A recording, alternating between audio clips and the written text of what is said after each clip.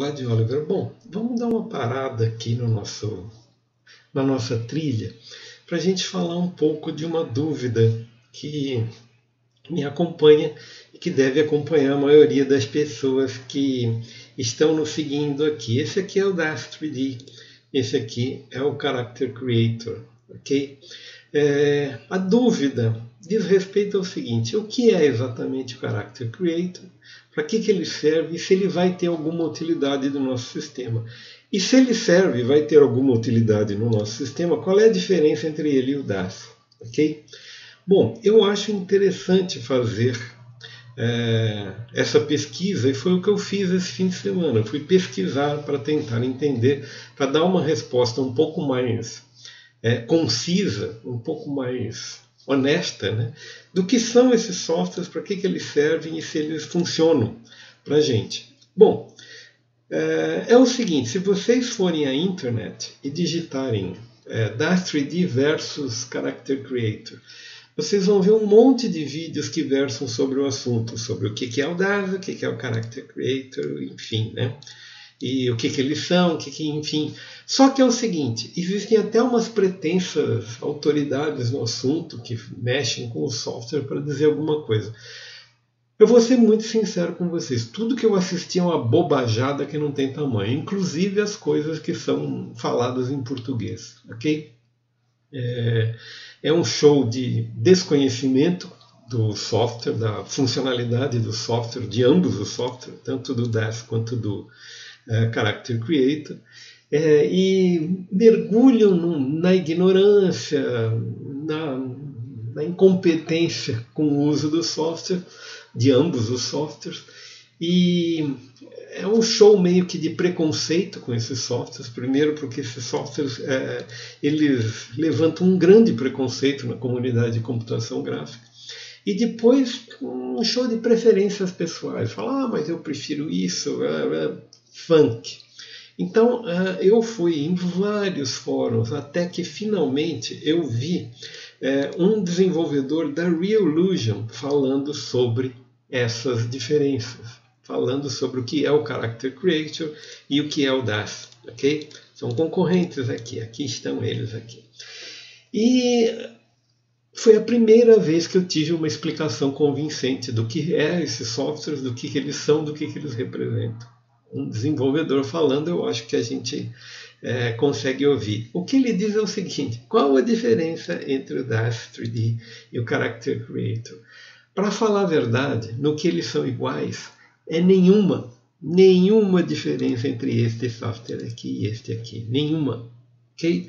Eles têm o mesmo tipo de malha, eles têm o mesmo tipo de humanoide para customizar, eles têm o mesmo tipo de acabamento, eles têm o mesmo tipo de mapeamento, a mesma qualidade. Okay? Eles trabalham ambos com os mesmos conceitos, ou seja, o conceito de injections, que são os conceitos que foram transformados em shape keys no Blender, ok? Shape keys para você fazer alterações, ok? E ambos têm processos de movimentação via slider, o que compromete tremendamente o processo de animação de ambos, ok? Então, ambos não são nunca são explorados por animadores. Os animadores não gostam desse tipo de ferramenta, e tudo que se produz nos dois softwares fica meio caricato, fica meio robótico, movimento frios, etc, etc. E os trabalhos eles passam a ser caricaturas, ok? Então as pessoas têm uma certa razão a ter uma animosidade com esse software. Tudo que se produz de final, né, de resultado final em ambos os softwares é muito caricato. Então as pessoas não gostam, falam, não, isso aí não é a verdadeira computação gráfica. Isso é tudo bobagem, se vocês querem saber. Ambos os softwares fazem a mesma coisa. No entanto, qual é a diferença entre eles? Por que eu tenho a impressão que o Character Creator é mais moderninho, é mais melhor de bom, enquanto o Daz Studio parece enfim, né? Parece um bordel, né? Parece um...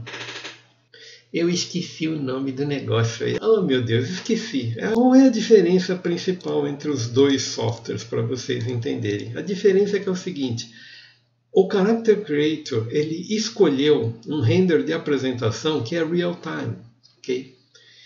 Então isso aqui equivale, vamos dizer assim, equivale ao Eevee, ao render Eevee, ou ao Lumen do Unreal, ok?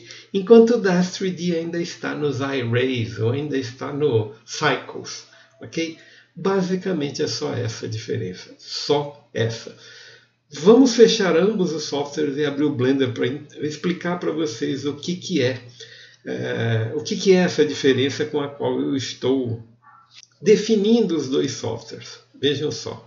Bem, se vocês querem, aqui está o Blender, se vocês querem entender um pouco do que eu estou falando, eu diria para vocês o seguinte, isto aqui é o Poser, ok? Se eu der um V aqui, um Material Preview, isso aqui é o Das. Se eu der um V aqui, der um Render, isso aqui é o Character Creator. Essa é a diferença básica entre eles, mais nenhuma, ok? O que acontece aqui? Vamos falar um pouco sobre render, ok? Eu estou no Render Eevee. Acontece o seguinte, isso é uma coisa interessante da gente esclarecer, que é o seguinte, é um monte de coisa para falar aqui. Vamos ver se eu consigo falar todas elas. Muito diferente, vejam como é desagradável você estar no 3ds Max, ou você está no Cinema 4D, você escolheu esses softwares para a sua vida, para ser os modeladores da sua vida, e você começa a se desenvolver em ambos quando você descobre que, além de pagar uma fortuna por eles, você ainda tem que pagar uma assinatura de render decente, para ter um render, para ter uma finalização à altura do que você está fazendo. Cara, isso é um absurdo. Okay? O Blender, escolado com isso, ele já desenvolveu 2 renders diferentes. O Eevee, ele é um render de apresentação, de look dev, ok? Então, isso tem um custo, é o que falam, é o que fala o nosso desenvolvedor lá do Reallusion. Para você ter um render tempo real, apresentando uma figura, etc., você tem que derrubar alguns atributos dessa figura. É o que faz o Eevee. O Eevee derruba alguns atributos para te mostrar em tempo real. Em compensação, nós temos um render cycles aqui, que é um render de acabamento, um render que, em última análise, que mostra, estou em CPU, GPU aqui, né? Que mostra, se eu der um V-render aqui, mostra o objeto com todos os nuances. Muito bem. Não é a ideia aqui ficar com todo mundo pelado, né? Mas como eu estou falando de render, eu preciso falar sobre isso. Bom, eu brinquei para falar sobre o Poser. Uma das coisas que a gente também pode apelar é para a história, ok? E eu acho que eu conheço um pouco da história. Quando que foi a primeira vez que eu precisei de um customizador? Isso faz quase 30 anos, cara. Eu precisei e a gente descobriu o Poser. O Poser era muito funcional para esse tipo de coisa. O que era o Poser? Era uma biblioteca de modelos prontos, ok? Que você podia colocar numa determinada pose e ele conversava muito bem com o 3ds Max. Então a gente fazia reconstituição.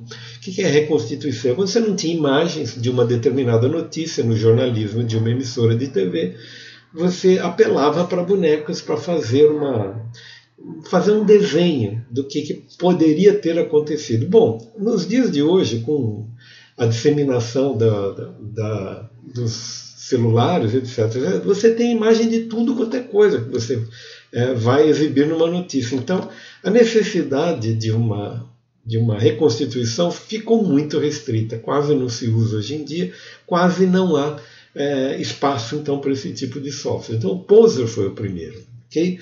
Eu nem sei dizer a vocês se ele tinha render, porque eu nunca usei o render do Poser. Aí apareceu o Carrara e o Das. Okay? Eles se uniram e formaram um software que tinha uma outra proposta. Ele tinha uma proposta de ir até o acabamento. Então eles lançaram ou adotaram o render iRay, que é um render muito pesado, não é unbiased, né? Então ele não tem interpolação, ele realmente trabalha com render até o fim. A qualidade fica muito boa, mas demora muito para você ver uma imagem, ok? E o que acontece? Bom, continuou sendo útil você trabalhar, fazer a tua customização e levar o teu objeto para um software de render, o 3ds Max ou o Cinema 4D, e o próprio Blender, e lá você fazer o acabamento dessas figuras, ok? Agora, eu nunca entendi, vou ser muito sincero com vocês, nunca entendi como que o DAZ é um software tão longevo. O que alimentou o DAZ uma vez que ele é gratuito? Provavelmente seja a lojinha, porque você precisa comprar. Quando você quiser elementos mais sofisticados, você precisa comprar. E talvez isso aqui movimente. Mas eu acho que é mais o diletantismo de algum maluco lá. O DAZ é o software mais injustiçado da computação gráfica. Porque há uma série de coisas que ele é pioneiro. Ele foi pioneiro. Eu aprendi Udin com ele, eu aprendi o correto manejo da abertura de UV com ele, as partes internas do corpo, boca, dentes, dentição, eu aprendi com ele. Uma série de coisas, o uso de malha para deformantes, enfim, as deformações de shape keys, que são slider, enfim, o non-linear editor, tudo isso, o DAZ foi pioneiro em tudo isso. A edição de movimentos com compositores, enfim. Okay? Então é muito injusto você achar que o DAZ é uma droga. Ele não é uma droga, é simplesmente nenhum dos profissionais de computação gráfica se encantou com o produto final com ele. Então ele foi animado por não animadores, pessoas que não se entendem direito dos projetos, nunca foi olhado em estado de arte. Então ele sempre produziu porcaria e ficou o estigma de que o DAZ é um produtor de porcarias. Não é verdade, cara. O DAZ é um software muito bom. Agora, o Character Creator, que em última análise é o que a gente está falando. O grande problema é o seguinte, vou deixar para o próximo vídeo para falar um pouco mais. Mas o DAZ é gratuito.